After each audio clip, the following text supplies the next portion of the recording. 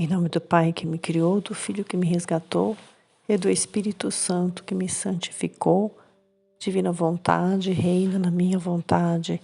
Ó minha Mãe, eu te amo e tu me amas. Dá-me glória e da vontade divina para a minha alma. Me abençoa, Mãe, para que todas as minhas ações sejam feitas diante de vossos olhos maternais. Especial Semana Santa, o Evangelho como me foi revelado, escrito por Maria Valtorta. A angústia de Maria no sepulcro e unção do corpo de Jesus. 19 de fevereiro de 1944. Dizer o que eu sinto é inútil. Eu faria unicamente uma exposição do meu sofrimento e por isso uma coisa sem valor diante do sofrimento que eu estou vendo. Por isso, eu descrevo sem comentários sobre mim mesma. Estou assistindo ao sepultamento de Nosso Senhor. O pequeno cortejo, depois de ter descido do Calvário, encontra no Calvário do monte, cavado na base do mesmo, o sepulcro de José de Arimateia. Num ato de piedade, eles entram ali com o corpo de Jesus. Estou vendo o sepulcro assim. É um espaço cavado no rochedo que está perto de um jardim todo em flor. Parece uma gruta natural, mas está cavado pela mão do homem. Lá se encontra a câmara sepulcral, propriamente dita, com os seus lóculos, diferentes dos das catacumbas. Estes são como umas perfurações redondas que penetram na pedra como os buracos de uma colmeia, só para se ter uma ideia. Por enquanto, estão todos vazios. Vê-se o olho vazio de cada lóculo como uma mancha negra sobre o cinzento da pedra. Depois, antes da câmara sepulcral, há uma antecâmara. No centro dela está a pequena mesa de pedra para a unção. Sobre ela é posto o corpo de Jesus em seu lençol. Entram também João e Maria. Não entram outras pessoas, porque a câmara é pequena, e se houvesse muitas pessoas, não poderiam nem mover-se bem. As outras mulheres ficaram perto da porta, isto é, perto da abertura, porque não há porta propriamente dita. Os dois carregadores descobrem o corpo de Jesus. Enquanto eles preparam as faixas e os aromas em um canto da mesa, à luz de 2 tochas, Maria se inclina sobre o corpo de seu filho e chora. E de novo o enxuga com o véu que ainda está nas costas de Jesus. É o único banho que toma o corpo de Jesus, esse das lágrimas de sua mãe.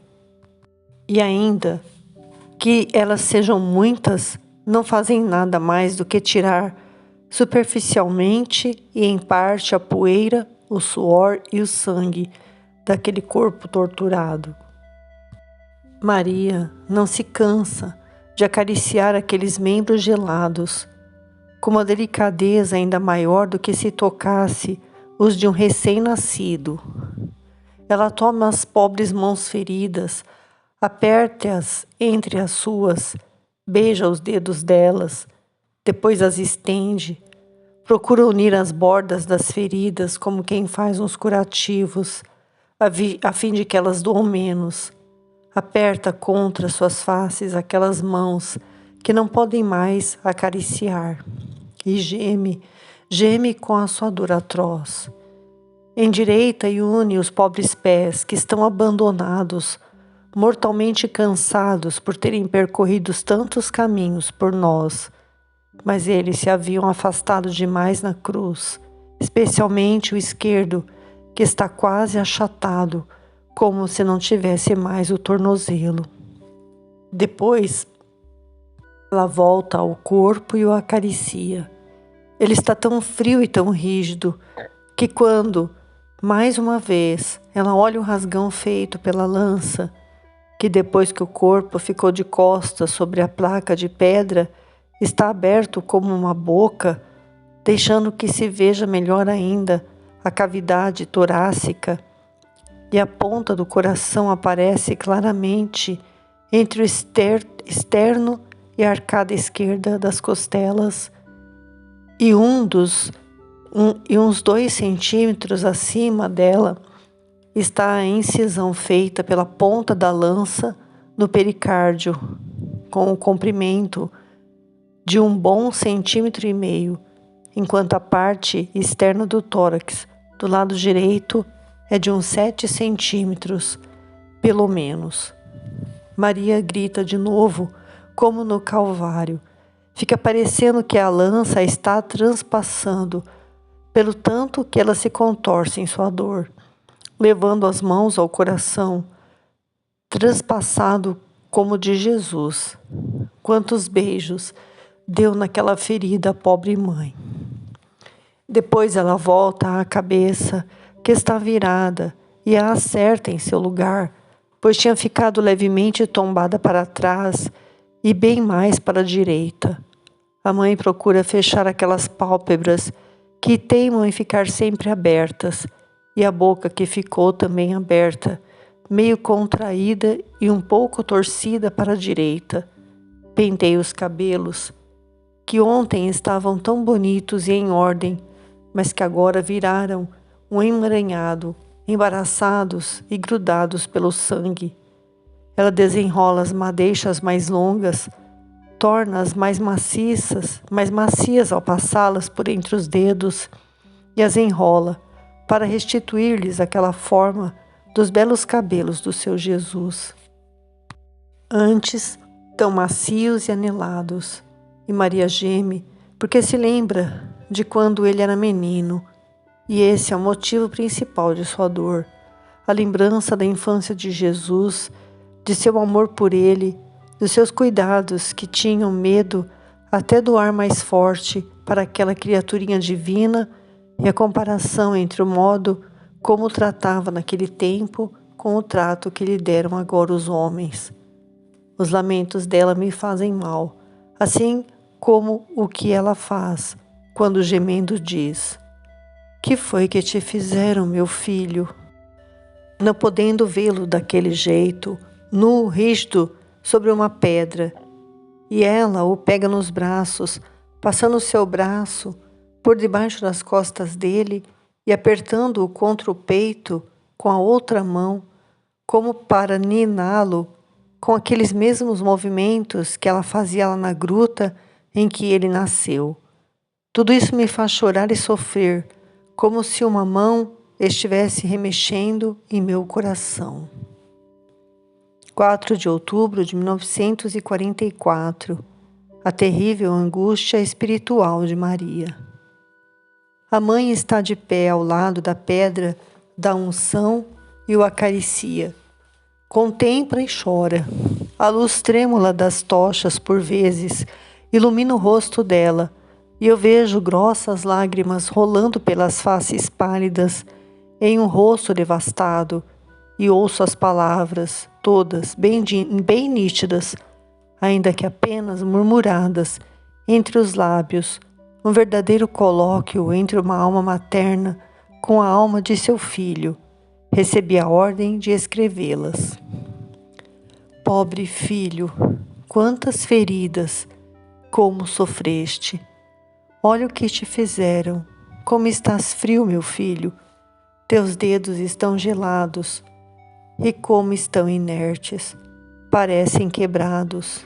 Nunca, nem no sono mais profundo da tua infância, nem naqueles pesados por causa do teu cansaço de operário, nunca eles ficavam inertes assim. E como estão frios, pobres mãos. Dá as tuas mãos à tua mamãe, ó meu filho, meu amor santo, meu amor. Olha como elas estão feridas, olha só, João, que buraco, ó cruéis. Vem cá, aqui para tua mãe, esta mão ferida, para fazer o curativo. Ó, eu não te farei mal, usarei beijos e lágrimas, e com o sopro e o amor eu a aquecerei. Dá-me uma carícia, filho, Tu estás gelado, eu ardo de febre. A minha febre terá alívio com o teu gelo, e o teu gelo se suavizará com a minha febre. Uma carícia, meu filho, há poucas horas que tu não me acaricias, mas elas me parecem séculos. Já houve meses sem as tuas carícias, mas eles me pareciam horas, porque eu sempre ficava esperando a tua volta. E de cada dia eu fazia uma hora, de cada hora um minuto, para dizer-me que tu não estavas longe, por uma hora ou mais luas, mas somente por poucos dias ou por poucas horas. Por que é que agora o tempo custa a passar? Ah, tormento desumano, porque tu morreste, mataram meu filho, não estás mais na terra conosco, não mais. A qualquer lugar ao qual a minha alma vá, à procura da tua para abraçá-la, pois encontrar-te, possuir-te, sentir a tua presença era para mim a vida da minha carne e do meu espírito. Em qualquer lugar em que eu te procure, com a onda do meu amor, eu não te encontro mais. Não te encontro. De ti, o que me resta são somente estes despojos frios, esses despojos sem alma. Ó alma do meu Filho Jesus, ó alma do meu Cristo, ó alma do meu Senhor, onde é que estás?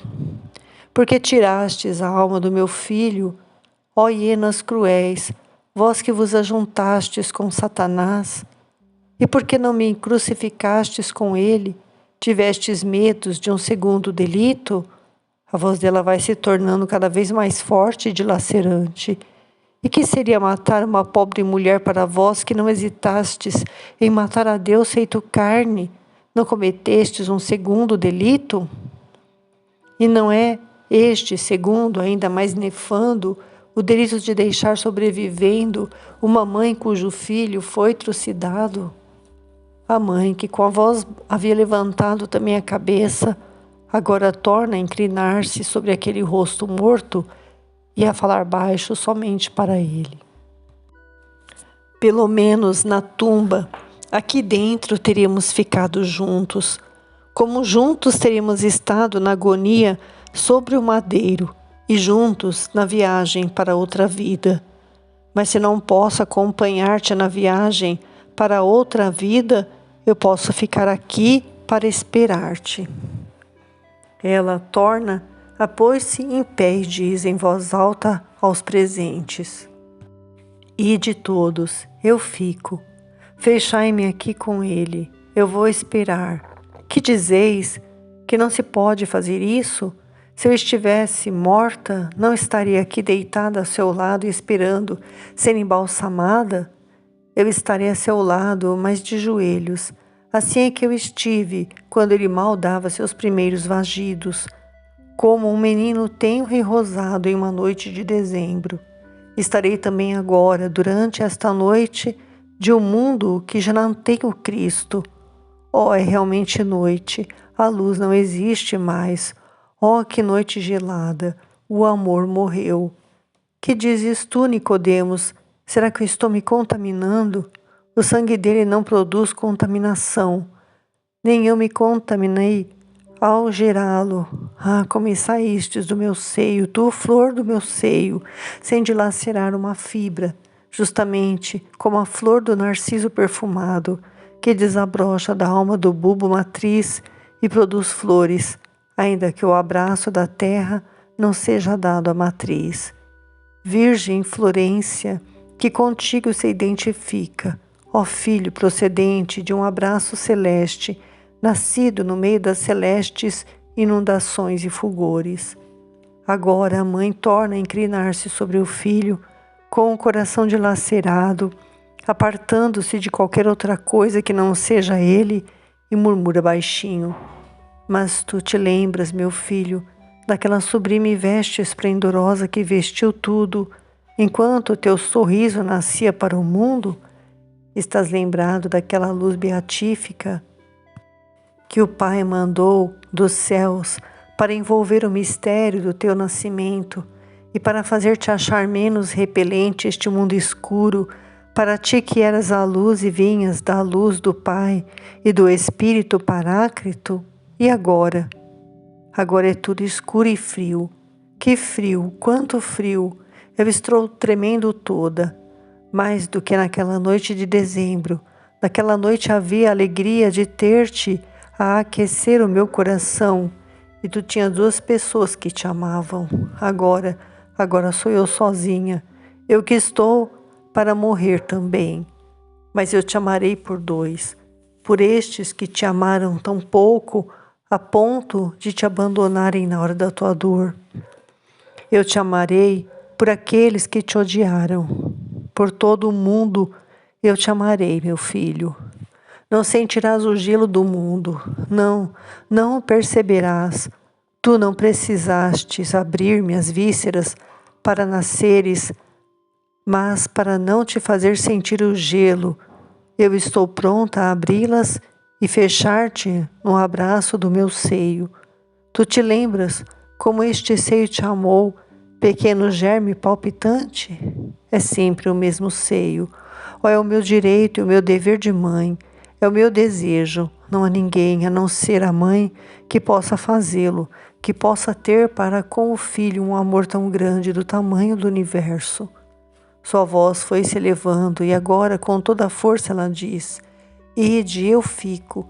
Voltareis daqui a 3 dias e sairemos juntos. Ó, ver de novo o mundo apoiado em teu braço, ó meu filho. Como haverá de ser belo o mundo à luz do teu sorriso de ressuscitado. O mundo fremente ao ver passando o seu Senhor. A terra tremeu quando a morte te tirou a alma e do teu coração saiu o espírito. Mas agora ela tremerá, e não mais de horror e espasmos, mas pelo frêmito suave, que não desconheço, mas que a minha feminilidade intui, e que sacode uma virgem quando depois de uma ausência ouve os passos do noivo que chega para as núpcias. Mais ainda, a terra tremerá com um tremor santo, como eu fui por ele sacudida até o fim das profundezas, quando tive em mim o Senhor unitrino, e quando a vontade do Pai, com o fogo do amor, criou a semente da qual tu viestes, ó meu menino santo, minha criatura toda minha, toda da mamãe, toda criança tem pai e mãe, até o bastardo tem um pai e uma mãe, mas tu tiveste só a mãe para dar-te a carne cor-de-rosa e cor de lírio, para dar-te esses bordados de veias, azuis como os nossos rios da Galileia, esses lábios de romã, e esses cabelos, que mais lindos não os têm, nem as cabras de peles louras das nossas colinas, e esses olhos, que são 2 pequenos lagos do paraíso.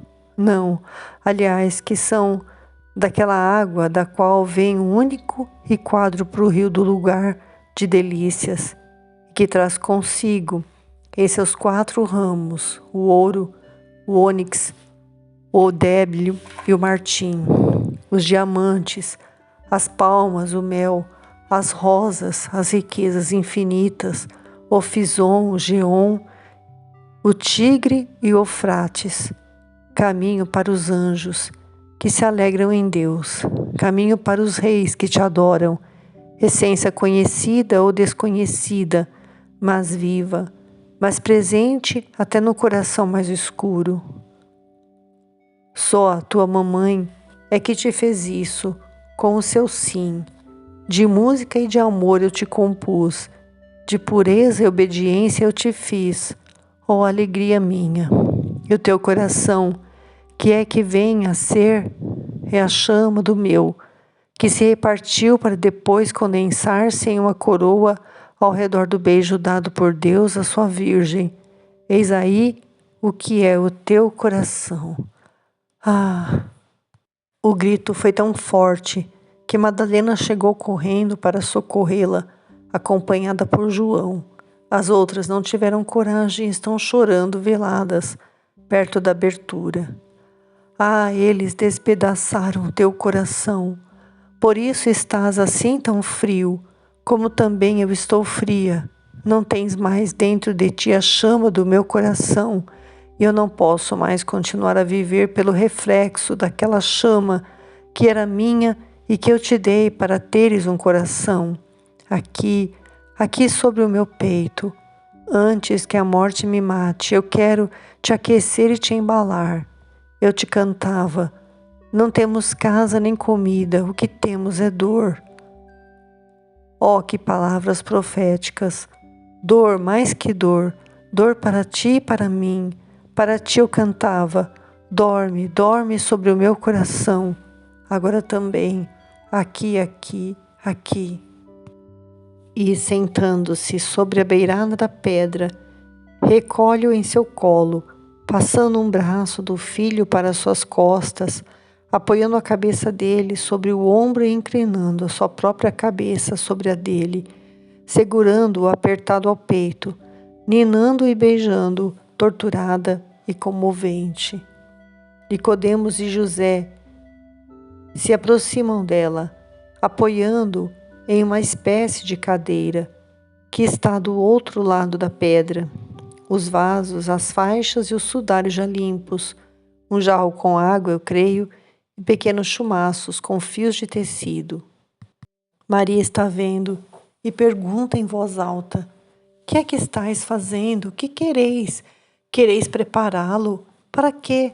Deixai-o no colo de sua mamãe, se é que eu vou conseguir aquecê-lo antes que ele ressurja. Se eu conseguir consolar o pai, consolará ele pelo ódio deicida, o pai perdoa antes e ele volta antes. A mãe das dores parece estar delirando. Não, eu não vou lhe entrego. Eu o dei uma vez o dei ao mundo e o mundo não quis, e o matou porque não o quis. Agora eu não lhe o dou mais. Que é que achais disso? Achais que vós é que o amais? Ora, mas por que então não o defendestes? Ficastes esperando para dizerdes que o amáveis, quando já não havia mais quem pudesse ouvir-nos. Que pobre amor era aquele vosso!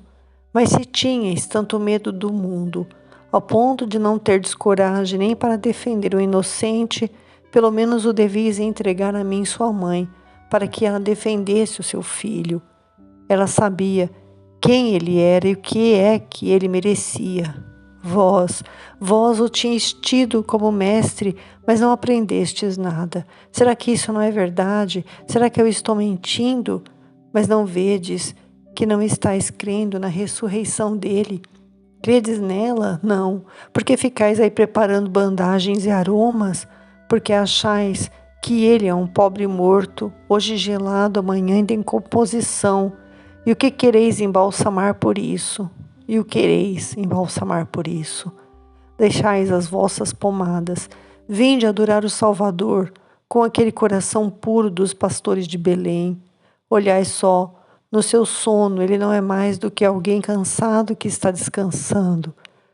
Quanto ele se cansou durante a vida, cada vez mais cansado, e nestas últimas horas então, agora ele está descansando. Para mim, para sua mãe, ele não é mais do que um menino grande que está dormindo.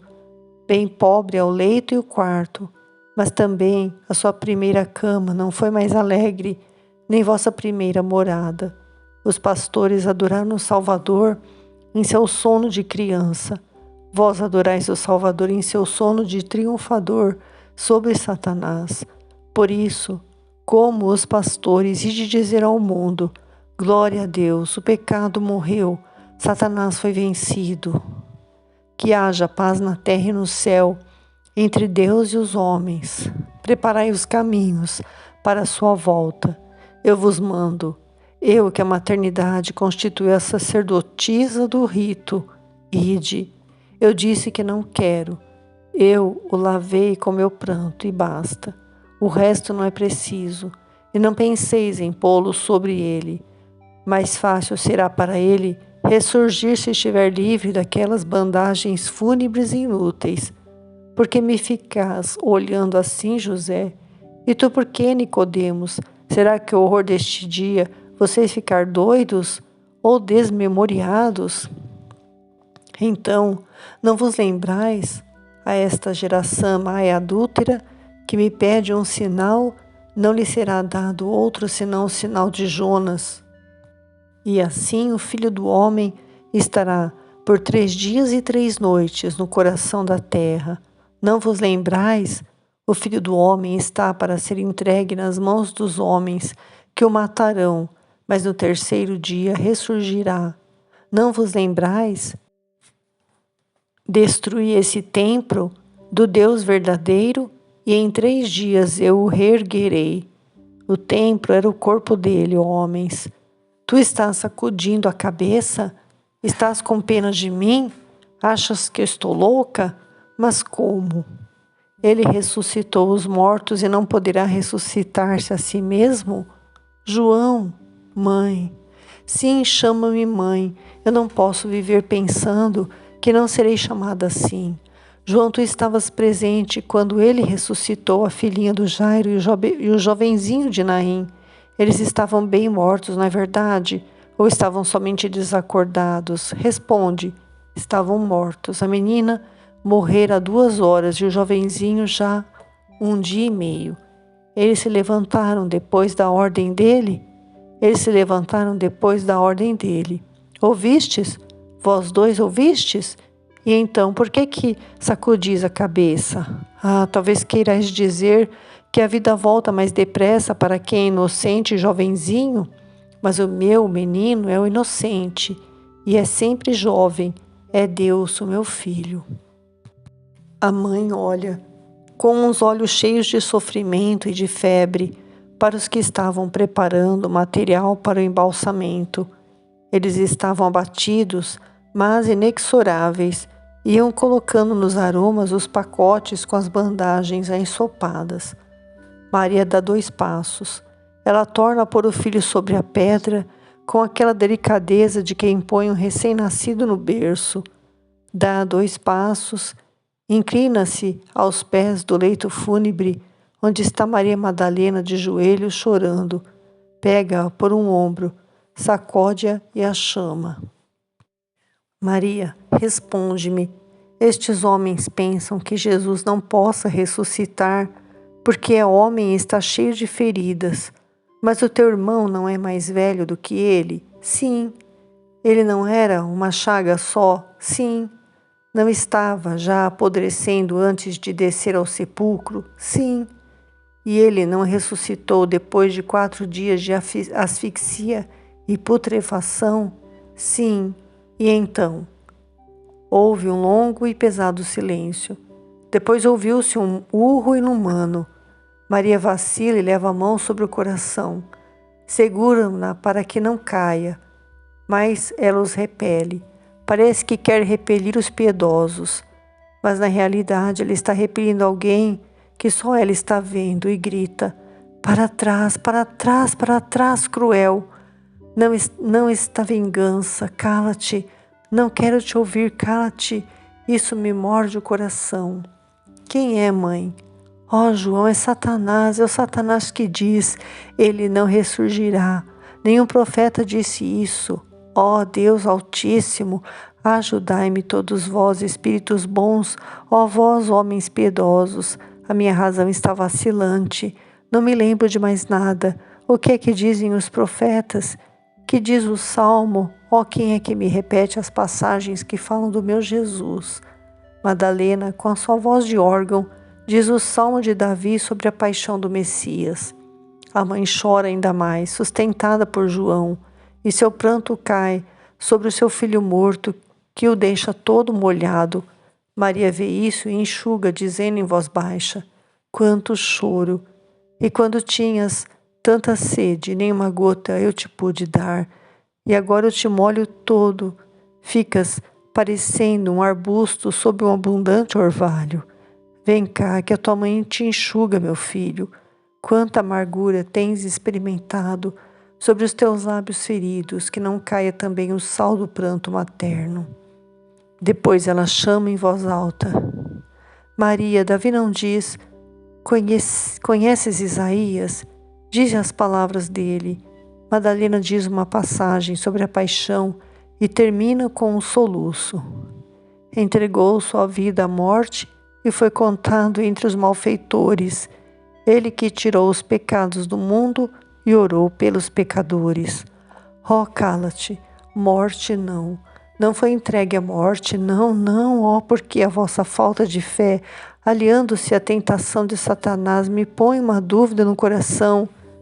E eu deveria deixar de crer em ti, meu filho, deixar de crer em tua santa palavra? Ó, dize-o, a minha alma fala lá das regiões longínquas, para onde fostes para livrar os que esperavam a tua vinda. Envia tua voz à minha alma, que está esperançosa e toda aberta para receber a tua voz. Dize à tua mãe que voltas, dize-lhe, no terceiro dia ressurgirei. Eu te suplico, meu filho e meu Deus, ajuda-me a proteger a minha fé. Satanás a quer enrolar em suas espirais para sufocá-la. Satanás tirou sua boca de serpente da carne do homem, porque tu lhe arrebataste esta presa, e agora fincou o gancho dos seus dentes venenosos na carne do meu coração e paralisa suas pulsações, a força, o calor. Deus, Deus, Deus, não permitas que eu tenha dúvidas, não deixes que a dúvida me paralise de assombro, não dês liberdade a Satanás para levar-me ao desespero. Filho, filho, põe tua mão sobre o meu coração. Ela expulsará Satanás. Coloca-a sobre a minha cabeça. Trará de novo a luz. Santifica como acaricia os meus lábios, para que se fortifiquem e possam dizer eu creio, até contra um mundo inteiro que não crê. Oh, que sofrimento é não crer. Pai, é preciso perdoar muito a quem não crê, porque quando não se crê mais, todo horror se torna fácil. Eu te digo, eu que passo por essa tortura. Pai, tem piedade dos que não têm fé. Dai-lhes, Pai Santo, dai-lhes por esta vítima sacrificada e por mim, vítima que se sacrifica ainda. Dá-lhes a tua fé aos que não têm fé. Um longo silêncio. Nicodemos e José fazem um aceno a João e a Madalena. Vem, mãe. É Madalena que fala, procurando afastar Maria do filho e separar os dedos de Jesus que estão entrelaçados com os de Maria, que os beija chorando. A mãe se arruma. Ela infunde respeito, estende pela última vez os pobres dedos enxângues e leva a mão inerte para o lado do corpo. Depois abaixa os braços para o chão e, bem aprumada, com a cabeça levemente virada, ela reza e oferece. Não se ouve nenhuma palavra, mas por seu aspecto, compreende-se que ela está rezando. É verdadeiramente a sacerdotisa junto ao altar, a sacerdotisa no ato do ofertório. Oferimos Paecrare Majestate Tuae de tuis Dominis, Actidatis, Ostiam pura, Ostiam sanctam, Ostiam immaculatam. Depois ela se vira. Podeis fazer, mas ele ressurgirá. É inútil que desconfieis do que eu digo e fiqueis cegos diante da verdade que ele vos disse. É inútil que Satanás tente armar ciladas contra a minha fé. Para redimir o mundo, falta ainda tortura a ser dada ao meu coração por Satanás vencido. Eu estou passando agora por ela e a ofereço pelos que vierem depois de mim. Adeus, meu filho. Adeus, minha criatura. Adeus, meu menino. Adeus, adeus, santo, bom, amadíssimo e amável, beleza, alegria, fonte de saúde. Adeus. Aos teus olhos, aos teus lábios, aos teus cabelos dourados, aos teus membros gelados, ao teu coração traspassado, o meu beijo, o meu beijo, o meu beijo. Adeus, adeus, Senhor, tende piedade de mim. continua em 19 de fevereiro de 1944.